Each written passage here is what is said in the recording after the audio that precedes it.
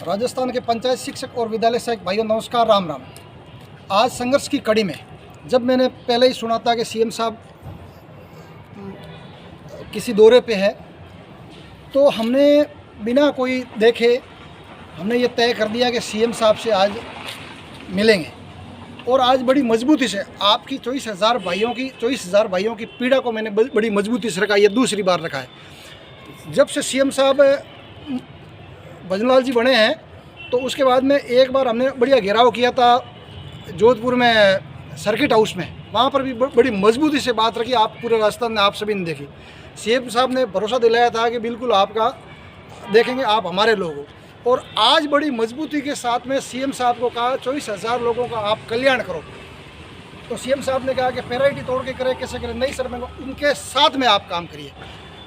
और काफ़ी और भी वहाँ मंत्री जी थे, जोगाराम जी पटेल साहब को कहा मंत्री जी हमारा काम होना चाहिए। तो उन्होंने कहा कि आप मेरे से पर्सनल मिलना, और टाइम भी दिया। फिर बाद में मैं उनसे मिला था और उन्होंने कहा कि आप मेरे बंगले पर मिलना, और मेरे नंबर भी लिए हैं उनके पीए ने।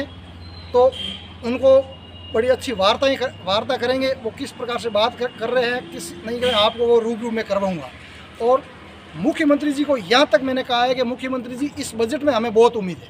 और ये ज्ञापन जो दिया था ऊपर स्पष्ट तौर से मैंने लिखा था, निदेशालय के सामने हमारा 68 दिन से धरना चल रहा है, वो भी बात उनके दिमाग में आई। और साथियों, इस प्रकार से पूरे राजस्थान में अगर आपने कमान संभाल दी, हर आदमी आम आदमी बाहर निकल के इस प्रकार से आप प्रोग्राम कर लो, आपको दुनिया की ताकत कोई रोक नहीं सकती है।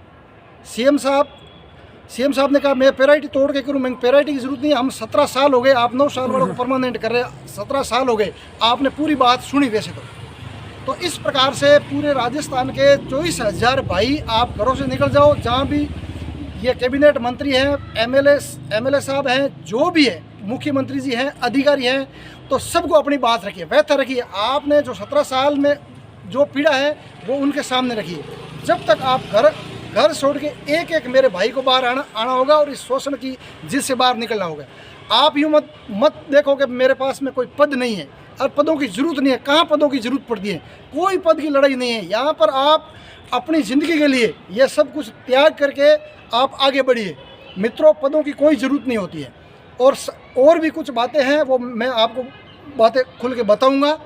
जय हिंद, जय संघर्ष, आपूराम सियाग, जय संघर्ष।